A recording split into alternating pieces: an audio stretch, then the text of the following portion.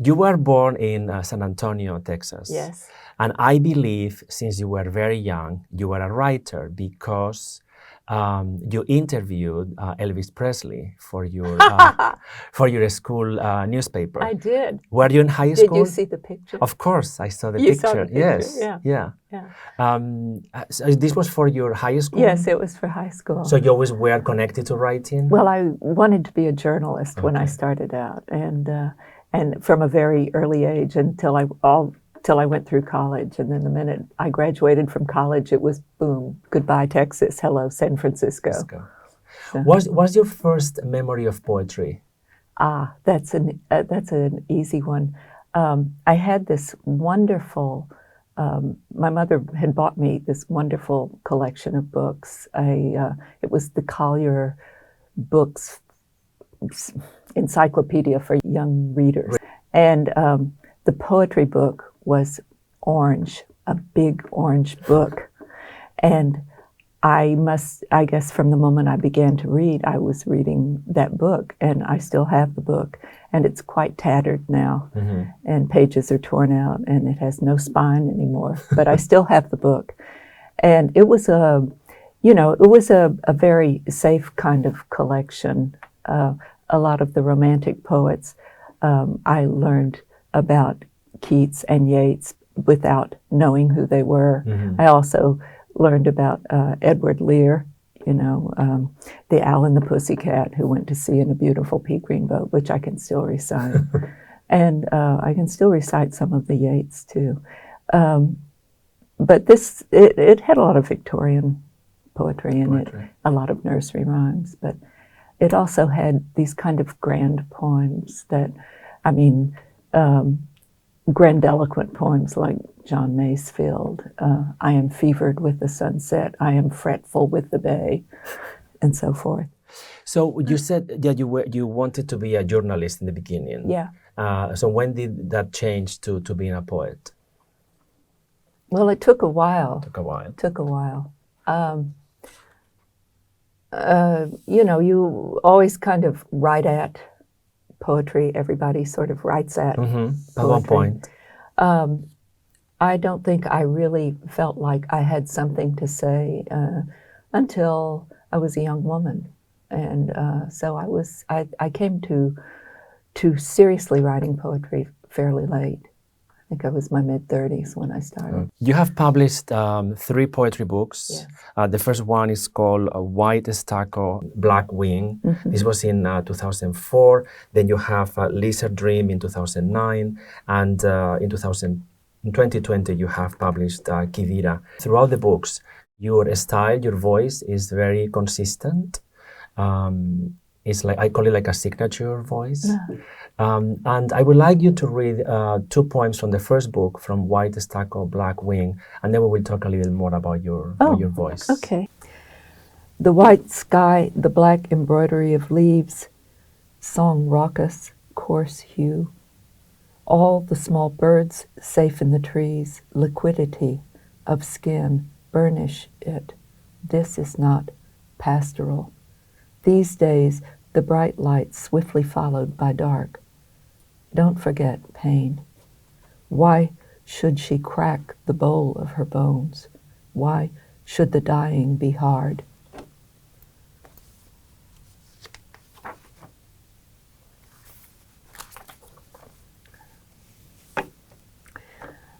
Here's a poem about San Antonio. Lone Star Cement. Dogs bark, tree frogs chip away at night. The old plant lit up like New York. Black starlings, wild cries from low trees in silhouette. On Nacogdoches, opposite New Walgreens, neon beckoning dark. Out El Sendero, headlight bleached sunflowers crazily nod.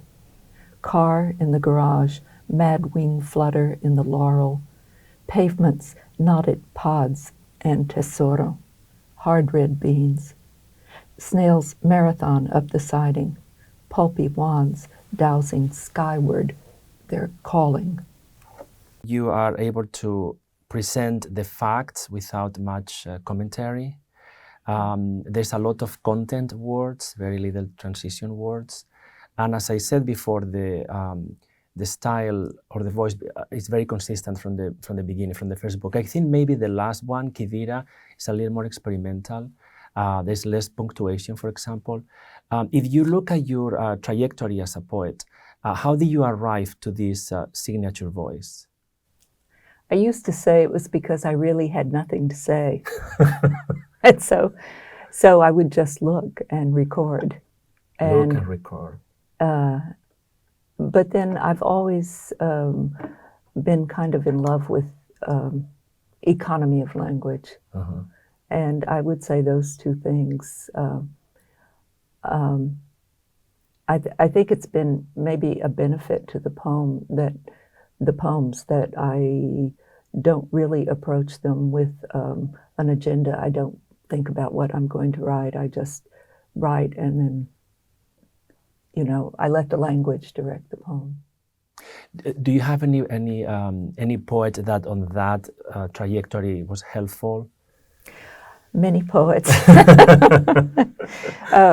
When I first studied with Gregory Orr, who is a very spare and economical poet, and I learned quite a lot from him. I think I'm still teaching under his influence. But then there were poets, there was a long period when I didn't write. I didn't write poetry. This was after I'd started writing poetry, and then oddly enough, it had something to do with going to graduate school. And then when I left graduate school, I began writing fiction, and so I wrote fiction for several years. Okay. And short stories or? Stories, yes, but ultimately I realized I was still trying to write poems in the stories. And I was very lucky. I had an artist residency to go to. Okay. It was the Gerasi Foundation, and I started. I just thought, well, hell, I want to write a poem. I'm going to write a damn poem. So I wrote a poem, and I was off after that. And then I began reading poets a lot more. One of the first poets I read was Charles Wright. Uh-huh. I was living in San Francisco, and I was very lucky because I lived right about just a few blocks away from City Lights bookstore. So, very convenient. Oh, it was so nice. So, other poets, though, have, of economy of style and worldviews have been important to me. One of the largest has been C.D. Wright. Mm-hmm. I mean, I say influence. You say that so humbly. I say that so humbly about anybody I'm influenced by. Yeah. Landscape has a big presence in all your books. Yes. And when I read these landscape poems, I call it obsessive landscaping, because you are able to see everything. I have some quotes. For example, in one of the books, you say you describe tiny toenails of mice in the walls. Wyoming. In another book, the Lizard Dream, you say the open ground offering years and centuries of dust. And then also from the same book, you say the bats' bright yellow pollen-stained heads, Yes. which is an amazing image. Over the years, I've as someone who looks, I've absorbed some idea of composition. How you frame an image, I guess. But I don't know. I don't know why the landscape resonates. I mean, it is the lingua franca of the lyric poet, and I'm not so far removed from traditional ideas of lyric poetry, a very informal kind of lyric poetry that I write. You trust the reader tremendously. You have a lot of trust in the reader. And I would like you to talk about that. How do you build that trust, or how do you accumulate that trust in the reader? I don't know that I can answer that. I don't really write with a sense of readers. Okay. I guess my only assumption is that they like poetry at least as much as I do, and that means that they've developed skills in reading it. But I'm not really thinking that. I'm really trying to think about creating a voice. Like the integrity of the poem? Yeah, creating a voice Creating a in the voice.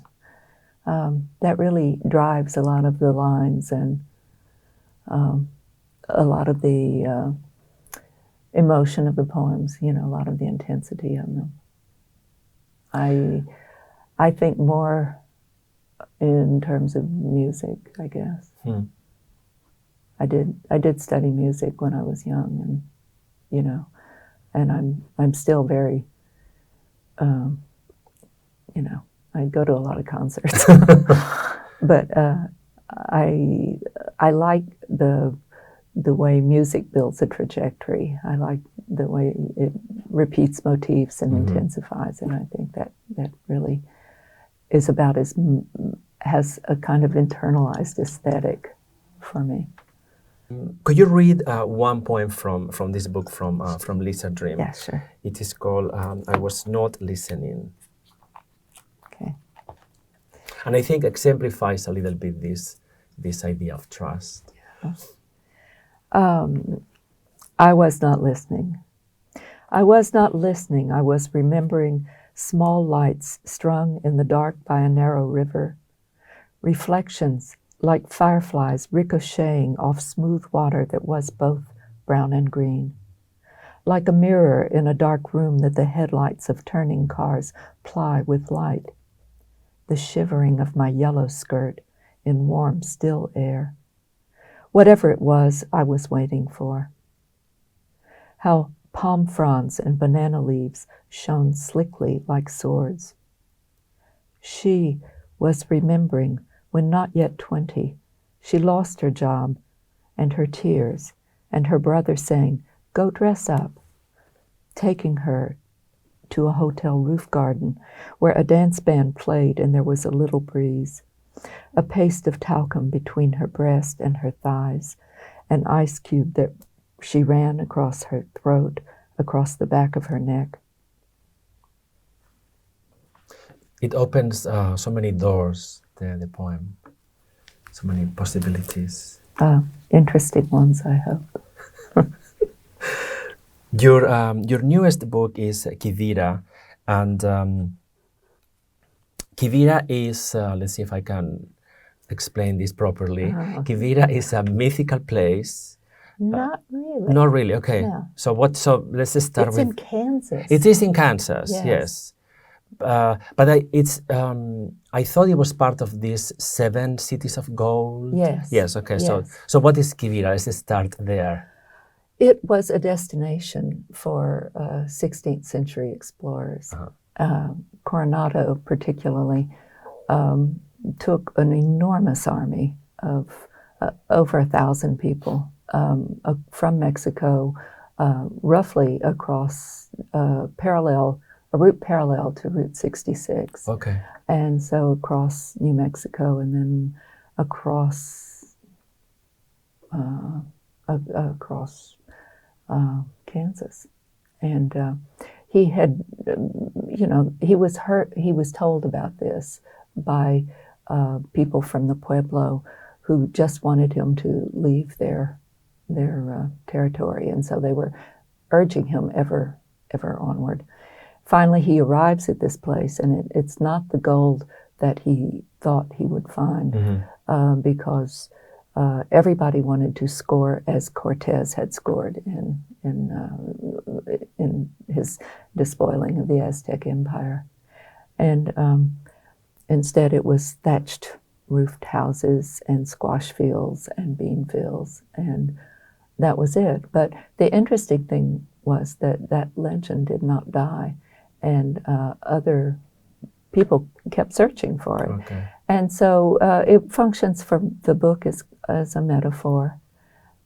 It's the thing you want that is elusive, and nevertheless you find ways to keep searching for it, and you give its name to other things, whether it's religion or love or, oh, I don't know, objects, things. Yeah, yeah. When did you find Quivira? How did Quivira arrive to your life and your writing life? Oh, well, I was spending a lot of time in New Mexico. I had a fellowship at the Wurlitzer Foundation, and the New Mexico was, it felt familiar and strange to me because I'm from the Southwest, and so the Hispanic culture is very familiar to me. The aridity of the landscape is very familiar to me, and yet it's a completely different culture, you know, because of the Pueblo people who live all throughout New Mexico and also throughout Arizona. So I started reading a lot of literature associated with it, and I did read Coronado, not Coronado's journal, but a journal by one of the soldiers in Coronado's army. This is like 15. Yeah. The mid 16th yes, century. Mid 16th century. Wow. And I became enthralled, and I read other journals. Another journal I refer to in the book was that of Cabeza de Vaca, which is a very well-known journal. I mean, both of these are well-known now, but Cabeza de Vaca landed on the coast of Texas, and so of course that resonated for me because where I was disporting myself in my teen years was where he was captive and starving. So there were things to reckon with psychically. The book also travels to Los Angeles. I mean, the landscape travels to Los Angeles. There's a section in the book that is called 21 Days. Yes. Could you talk about the significance of these 21 days?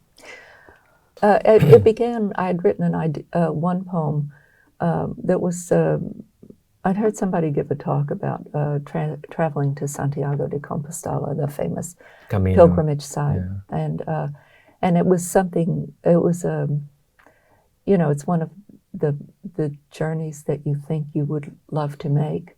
And so I read more about it, and the images came into a poem, and that's the first poem in that section. Okay.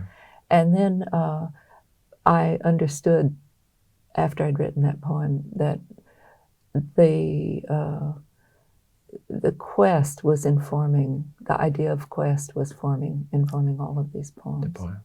In your, at the end of the book, Quivira, in your notes, you talk about the devastating consequences of contact. Yes.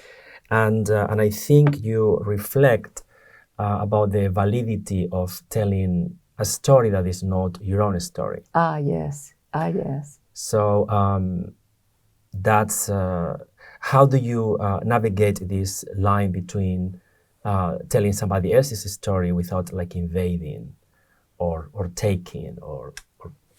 When I was reading over the poems for the book, one of the things that impressed me, or that I noticed that I had not thought about before, because as I said, I really don't write the poems with an agenda. And you think I would have been attentive to this, but I was very interested in how the whole book is like a quest to have something speak to you, something explain things to you. It's like everything has a voice in the book. You were talking about the landscape, and I think I was noticing, gosh, there's one poem where even the leaves are parchment, so even the leaves are something that could be read. And so the idea of speaking, of wanting to speak, is, and I mean, you could say this applies to the poetics too, which are, as you point out, are very terse, and the language is very terse. The information is always very incomplete, and so the idea of telling someone's story or telling another story is, in a way, it's linked to the desire of the speaker of the poems the necessity of speaking is a very urgent thing to the person in the poem.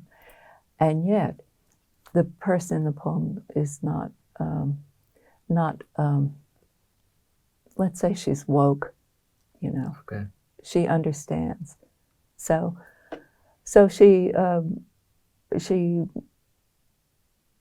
she's concerned about this. And actually, I wrote that poem after I had gone to a reading by Tommy Orange. And someone asked him, they said, could I tell your story? And he was unequivocal. He was even, stern about it. Absolutely not. And so I thought about that. And I think the speaker in these poems is always apart from everything that she's witnessing. And so this is noted. I see. This is noted that the poem can't be, or that the story is hard enough to tell. And I think, I don't know if it's that poem or another poem, but it's about the people of the Pueblo have a sacred lake that I, so white, I can't see it. and you can read that. I haven't the ability to see it, or I'm not permitted to see it, one or the other. But the point is that this is not going to be the story this is not going to be what the speaker winds up telling. Why don't we listen to you reading the poem? Landscape revealed by a backward glance. Against white snow, the brown movement, absorbed by dark tangles of winter deadleaf, coyote, making furtive, risky pass through town. Then the pig-sized rabbit. Tree limbs arroyal, a little smokier than yesterday. Oh, bunny, cuidado. Last night, the novelist asked, had others the right to tell his story? A crisp no, he said. Afterwards, the arguments, imagination, appropriation, my story, his story, her story, my story, too white. In the local museum, plenty white guy views of pueblos, the Coos paintings like the Curtis photos, locals posed in costume for Southern Pacific calendars, the taste of Eastern tourists looking down from trains, eating up the picturesque. Beloved Frank Waters telling the Hopi story, more ethnography than fictive writing, more fictive writing than ethnography, less a thought than spectral as snow that won't melt. Coyote's way of being not there, making you want the real four-legged, rough-coated, sharp-nosed that comes and goes. Don't make too much of it. I'm not from the Pueblo, no more than the way a car idling in cold robes itself in a white cloud. So I evade answering that question, don't I? Yes, you are. Well, what answer could I possibly give? It's not my experience. I write about my experience. And I didn't want anybody to think that I was writing, that I was appropriating material. In some ways, I think maybe the legacy of all the colonization and destructiveness and brutality that is the inheritance of this gorgeous, arid country, the entire Southwest. I think that legacy continues to make it very hard for anyone without experience of being part of that culture to know how to write about it. I think in that sense, I will always be asking the landscape to tell me its secrets, to tell me what it's about. That's as good as I can, as well as I can answer that. What are you working on now? I've written a couple of poems about Rome, and as ever, I'm writing about California and where I live and all of that stuff. Wonderful. Do you know where these new poems are going, or is it still too early? No. Okay. No, I have generously, I have maybe 20 pages, and so I'm going to read one of the Roman poems. I just feel like it. Great. February 15. In the apse, the little sad sheep, nose to tail, even if they seem to smile on their way to what is written. And Byzantine Mary, Christ's gold-clothed empress, as if Gustav Klimt made her, one of his special friends, from eyelash-bright chips of gold. A comb run through his dark hair, friction attracting the thin leaf which he lay down on adhesive. Today is Lupercalia. The men could ride nearly naked through the city, wave strips of goatskin at young women. If they struck them, they might or would be fertile. Under the palatine, bent double, a long-legged turtle in my yellow hard hat, creeping past buried walls, not yet erased traces of winged little figures they called victories. Unadjusted sleep, Rome's dark coffee in white rooms, stark love atop sorrow's cracked red melon flesh. Waking, certain a child climbs up a red chest. Come on down now. Outside a fountain, rainy croon.